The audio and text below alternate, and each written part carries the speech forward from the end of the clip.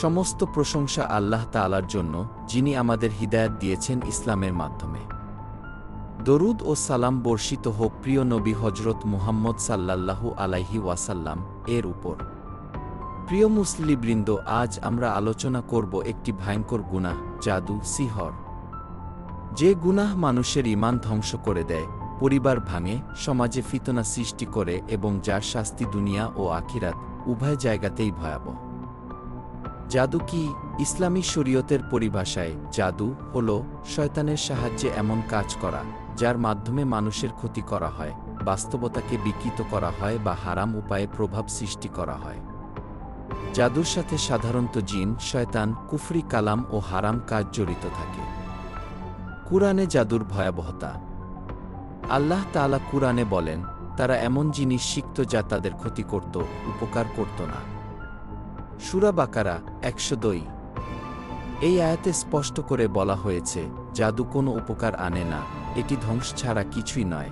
আরও ভয়াবহ কথা, তারা জানত যে এটা গ্রহণ করবে তার জন্য আখিরাতে কোনো অংশ নেই। সূরা বাকারা ১০২। অর্থাৎ জাদু শেখা ও করা আখিরাত ধ্বংসের কারণ। জাদু ৭টি ধ্বংসকারী গুনাহের একটি। নবীজি সাল্লাল্লাহু আলাইহি ওয়াসাল্লাম বলেন, তোমরা ৭টি ধ্বংসকারী গুনাহ থেকে বেঁচে থাকো। সাহাবারা জিজ্ঞেস করলেন, সেগুলো কি? তিনি বললেন, আল্লাহর সাথে শরিক করা, জাদু করা, অন্যায়ভাবে কাউকে হত্যা করা। সহিহ বুখারী ২৭৬৬, সহিহ মুসলিম ৮৯। লক্ষ্য করুন, শিরকের পরেই জাদুর নাম এসেছে। এটি প্রমাণ করে জাদু মহাপাপ, ঈমান ধ্বংসের পথে নিয়ে যায়। দুনিয়াতে জাদু করার শাস্তি। ১. শরীয়তের দৃষ্টিতে জাদু করার শাস্তি বিষয়ে সাহাবায়ে কেরাম ও আলেমদের মধ্যে আলোচনা আছে। হযরত উমর রাদিয়াল্লাহু আনহু তার শাসনামলে জাদুকরদের শাস্তি দিয়েছেন। হযরত হাফসা রাদিয়াল্লাহু আনহু এর গোলাম জাদু করায় তাকে শাস্তি দেওয়া হয়। একটি হাদিস বর্ণিত আছে, জাদুকরের শাস্তি হল তলোয়ার দ্বারা হত্যা। তিরমিজি ১৪৬০। তবে আলেমগণ বলেন, এই হাদিসটি দুর্বল, কিন্তু সাহাবীদের আমল দ্বারা প্রমাণিত যে রাষ্ট্রীয়ভাবে কঠোর শাস্তি দেওয়া হতো। ২. দুনিয়াবী পরিণতি। মানসিক অস্থিরতা, পরিবার ধ্বংস, সমাজে ঘৃণা, বরকত উঠে যাওয়া, দোয়া কবুল না হওয়া। আখিরাতে জাদুকরের শাস্তি। আখিরাতে জাদুকরের অবস্থা হবে ভয়াবহ। কুরআনের ঘোষণা, তার জন্য আখিরাতে কোনো অংশ নেই। সূরা বাকারা ১০২।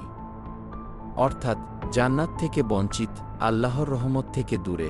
যদি কেউ বিশ্বাস করে জাদু নিজে নিজেই কাজ করে আল্লাহ ছাড়াই, তাহলে সে কুফরিতে লিপ্ত হয়, ঈমান নষ্ট। ইমাম ইবনু কাসির রহমাতুল্লাহি আলাইহি বলেন, জাদু করা কখনো কখনো সরাসরি কুফরি হয়ে যায়। প্রিয় মুসলিমবৃন্দ, জাদু থেকে বাঁচতে হবে।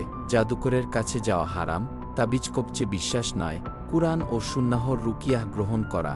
নবী সাল্লাল্লাহু আলাইহি ওয়াসাল্লাম বলেন, যে ব্যক্তি কোনো গণকের কাছে গিয়ে বিশ্বাস করল, সে মুহাম্মদ সাল্লাল্লাহু আলাইহি ওয়াসাল্লাম এর উপর নাজিলকৃত বিষয়ের সাথে কুফরি করল। মুসনাদ আহমদ ৯৫৩২। হে আল্লাহ, আমাদেরকে জাদু, শিরক ও সকল গুনাহ থেকে হেফাজত করুন। আমাদের ঈমানকে হেফাজত করুন। আমিন। প্রিয় ভাই ও বোনেরা, আজ যদি আমরা এই মসজিদ থেকে বের হয়ে যাই অথচ জাদু, শিরক ও হারাম পথ থেকে তওবা না করি, তাহলে কাল কিয়ামতের মাঠে যখন প্রশ্ন করা হবে, হে বান্দা, আমি কি তোমাকে সতর্ক করিনি, সেদিন আমাদের চোখের পানি কোনো কাজে আসবে না। আজই সময় হাত তুলুন, চোখ ভিজান, হৃদয় ভাঙুন। কারণ আল্লাহ আজও তওবা কবুল করেন, কিন্তু মৃত্যু আসার পর আর কোনো সুযোগ থাকবে না। আসুন আমরা এমন আমল নিয়ে আল্লাহর কাছে যাই, যেন কবরের অন্ধকারে আমাদের পাশে থাকে কেবল ঈমান, কুরআন আর রাসূল সাল্লাল্লাহু আলাইহি ওয়াসাল্লাম এর সুন্নাহ। হে আল্লাহ, আমাদেরকে জাদুর অন্ধকার থেকে বের করে হিদায়াতের নূরে ভরিয়ে দিন। আমিন।